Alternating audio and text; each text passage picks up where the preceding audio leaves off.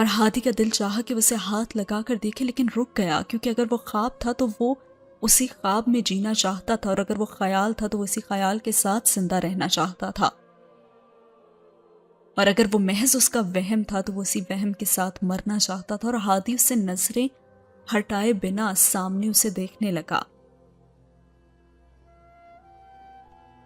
اداس ہو گیا، حیدر کی آواز آئی تھی اور ہادی نے مڑ کر اسے دیکھا۔ کیا نہ تھا اس کی نظر میں گلا شکوہ دکھ، جیسے وہ پوچھ رہا ہو کہ کیا نہیں ہونا چاہیے تھا مجھے اداس؟ لیکن ہادی نے منہ سے ایک لفظ بھی نہ بولا۔ ناراض ہو کیا؟ حیدر کا مسکراہٹ بھرا لہجہ اس کے کانوں میں گونجا تو اس نے نفی میں سر ہلا دیا۔ ارے میں تم سے ناراض نہیں ہوں حیدر، میں ناراض ہونا بھی نہیں چاہتا، اور میں تو چاہ کر بھی ناراض نہیں ہو سکتا نا، لیکن پلیز تم لوٹ آؤ۔ حیدر نے، ہادی نے گویا اس کی منت کی تھی۔ مجھے یاد کرتے ہو کیا؟ اس نے ہادی کی بات کو نظر انداز کر کے موضوع بدلا، اور وہ ایسے ہی کرتا تھا۔ جب اسے کسی موضوع پر بات نہیں کرنی ہوتی تھی تو وہ بدل دیتا تھا اسے۔ اور حیدر نے اسے کہا کہ ارے میں تو تمہارے آس پاس ہی ہوں، ہر لمحہ تم لوگوں کے دلوں میں یاد بن کر ساتھ رہتا ہوں، اور میں تو ساتھ کے سینے میں دھڑکتا ہوں۔ تم اداس مت ہوا کرو میرے لیے ہادی، ہاں بس مجھے یاد کیا کرو۔ حیدر نے سے پوچھا تھا، اور ہادی نے دیکھا کہ اس کی آنکھوں میں وہی اصلی شرارت چمک رہی تھی۔ ہادی نے نظر ہٹا کر سامنے دیکھا اور پھر پلٹ کر ساتھ نظر ڈالی تو اب وہ وہاں پہ نہیں تھا اور وہ چلا گیا تھا۔ دور اور اتنا دور کہ کوئی آواز اور کوئی فریاد اسے واپس نہیں لا سکتی تھی۔ اور پھر اس نے کہا، تمہارے علاوہ کچھ یاد ہی نہیں کر پاتا ہوں میں تو حیدر۔ ہادی سے کہنا چاہتا تھا لیکن اب وہ وہاں پہ نہیں تھا، اور ہادی نے بینچ کی پشت پر سر ٹکایا اور ایک آنسو اس کی آنکھ سے نکل کر کنپٹی سے بہتا ہوا بالوں میں جذب ہو گیا، اور چاند اداسی سے بادلوں کی اوٹ میں چھپ گیا۔ گویا اس منظر نے اسے بھی غمزدہ کر دیا تھا۔ ساتھ ہی ہوا یہ سین ختم۔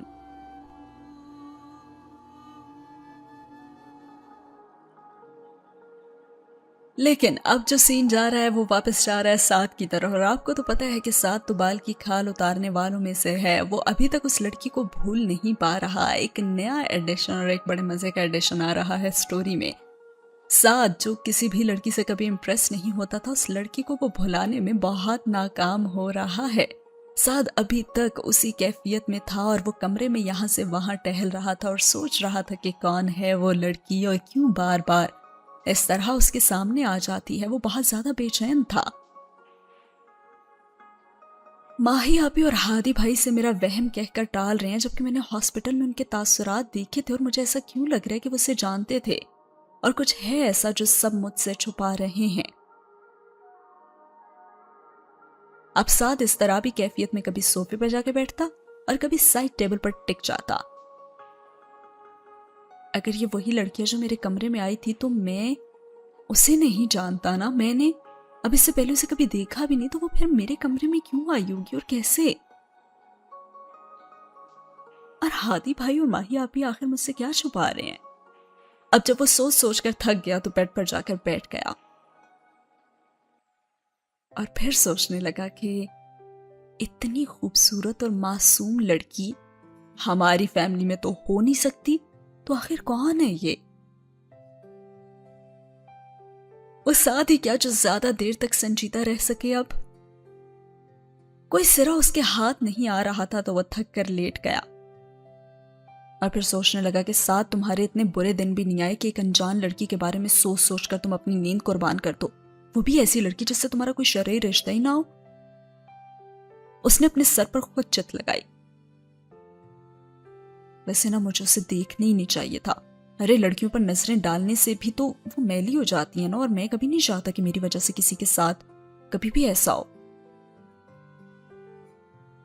سعد نے مسکرا کر سوچا تھا اور آنکھیں بند کر لی، اور کچھ ہی دیر میں وہ نیند کی وادی میں پہنچ چکا تھا۔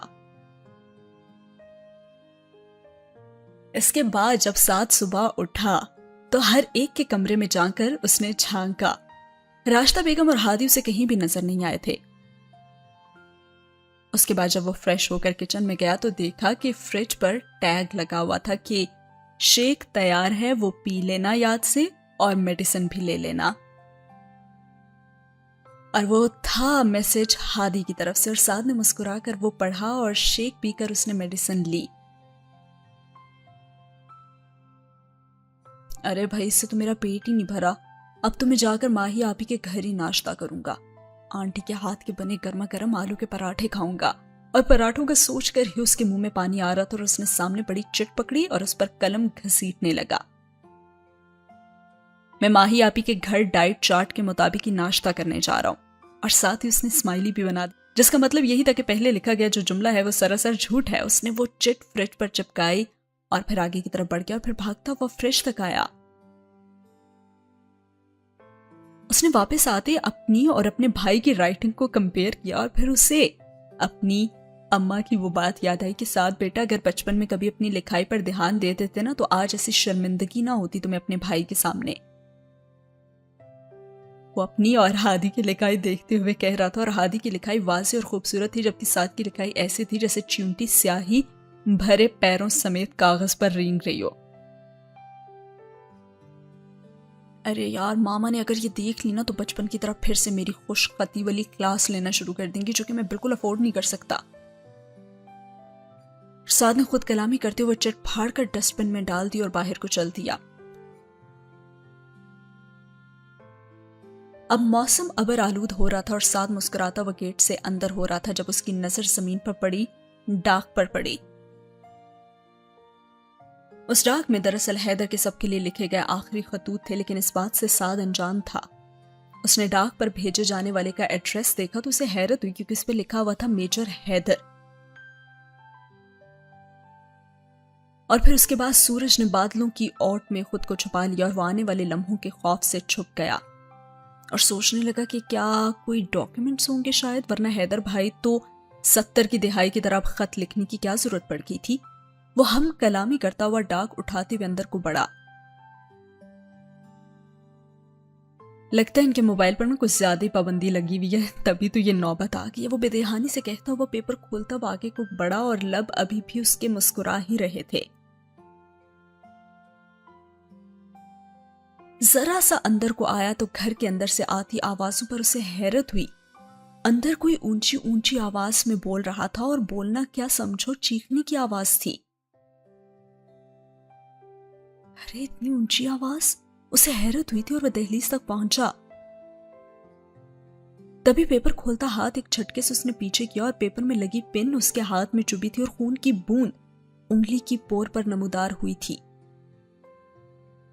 ارے حیدر بھائی، کیا یار، چوٹ ہی لگ گئی آپ کے اس لیٹر سے مجھے۔ وہ مسلسل خود کلامی کرتا ہوا اندر آ رہا تھا اور ہاتھ کی طرف دیکھتا وہ آگے بڑھ ہی رہا تھا کہ دہلیز کی ٹھوکر اسے لگی اور وہ گر گیا، اور اندر سے جو چیخوں کی آواز آ رہی تھی وہ اس کے کانوں میں پڑی۔ کوئی کہہ رہا تھا، میں یہ سوچنا بھی نہیں چاہتی ہوں کہ وہ نہیں رہا اب، میں یہ سوچوں بھی تو یہ خیال اس پر حاوی ہو جاتا ہے کہ اس کا دل زندہ ہے اور دھڑک رہا ہے، اس کے سینے میں نہ سہی کسی اور کے ہی سینے میں سہی۔ اور یہ آواز سعد کے کانوں سے بھی ٹکرائی تھی، اور وہ جو ہاتھ کی ہتھیلی زمین پر رکھے اٹھنا چاہتا تھا دوبارہ منہ کے بل زمین پر گرا۔ اس کی ناک فرش سے ٹکرائی اور سعد نے چہرہ اوپر کو اٹھایا۔ اب اس کی حالت عجیب ہو رہی تھی اور اسے شک ہوا کہ اس کا دل دھڑک بھی رہا ہے یا نہیں۔ اس کے ذہن میں بری طرح کے برے برے خیالات آ رہے تھے، لیکن وہ انہیں جھٹکنا چاہتا تھا۔ اس نے سر کو جھٹکا، ہاتھ پر نمی سے محسوس ہوئی اور دیکھا خون ہاتھ پر گرا تھا، اور پھر اس نے ناک کو چھوا۔ اس کی ناک سے خون بہہ رہا تھا، اور پھر اس لڑکی کے جواب میں کسی نے اسے کہا تھا کہ بیٹا، ہم تمہیں اس سے ملنے سے منع نہیں کرتے، لیکن سعد کی حالت سے تم واقف ہو، اس وقت اس کی صحت سے زیادہ اہم اور کچھ بھی نہیں ہے ہمارے لیے، اور تم روز روز ایسے جاؤ گی تو وہ جان جائے گا۔ اب کے راشدہ بیگم کی آواز گونجی تھی اور سعد نے خون نہیں پہنچا تھا۔ اس نے اٹھنا چاہا لیکن اسے محسوس ہوا کہ وہ اٹھ بھی نہیں سکتا تھا۔ اس کا لاشعور اسے جھنجھوڑ رہا تھا۔ کب تک چھپائیں گے آپ اس سے؟ وہ کوئی بچہ تو نہیں ہے نا جو یہ سب کبھی بھی جان نہیں پائے گا؟ کیوں اس پر ظلم کر رہے ہیں آپ سب لوگ؟ وہ لڑکی چلائی تھی، لیکن وہ آواز سے نہ تو ماہین تھی اور نہ ہی وہ اس آواز کو پہچانتا تھا، تو پھر وہ کون تھی اور وہ کس کے بارے میں بات کر رہی تھی؟ اور سعد اب دیوار کا سہارا لے کر اٹھا تھا اور خون اب بھی بہہ رہا تھا، لیکن وہ اس کی طرف متوجہ نہیں تھا۔ اور اب کے ہادی کی آواز آئی تھی، میں نے تمہیں بہن کہا نہیں بلکہ سمجھا بھی ہے، تم ایک بڑے بھائی کی ریکویسٹ سمجھ لو، میں تمہیں اس سے ملواتا رہوں گا، لیکن اس طرح روز روز اس سے ملنا اسے شک میں مبتلا کر سکتا ہے۔ اور ہادی کی آواز سننے کے بعد تو سعد کے جسم میں رہی صحیح طاقت بھی دم توڑ گئی تھی۔ میں ملوں گی اس سے، میرا سب کچھ اسی کے پاس تو ہے۔ اب سعد نے لڑکھڑاتے ہوئے قدم اندر کو بڑھائے، ایک قدم، دو قدم، اور سعد آگے ہی کو بڑھ رہا تھا۔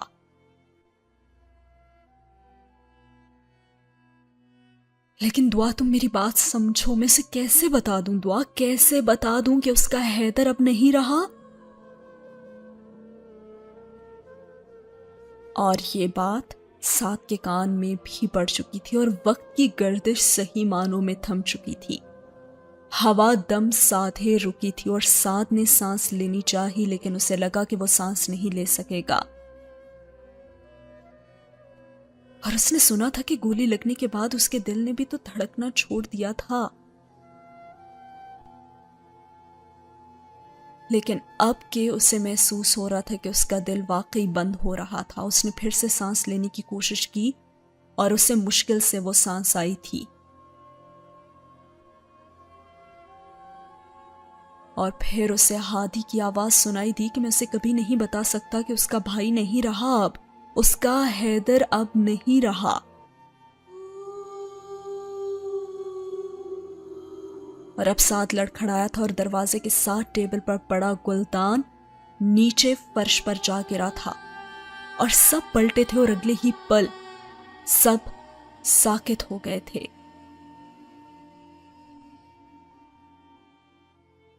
کیونکہ سامنے کھڑا سعد ناک سے بہتے خون کے ساتھ مسلسل اپنے سر کو نفی میں ہلا رہا تھا، اور دعا نے دہل کر اسے دیکھا۔ گردش کائنات گویا تھم گئی تھی، اور قیامت سے پہلے قیامت کا ٹوٹنا کیا ہوتا ہے وہ اس وقت وہاں کھڑا ہر شخص بخوبی محسوس کر سکتا تھا۔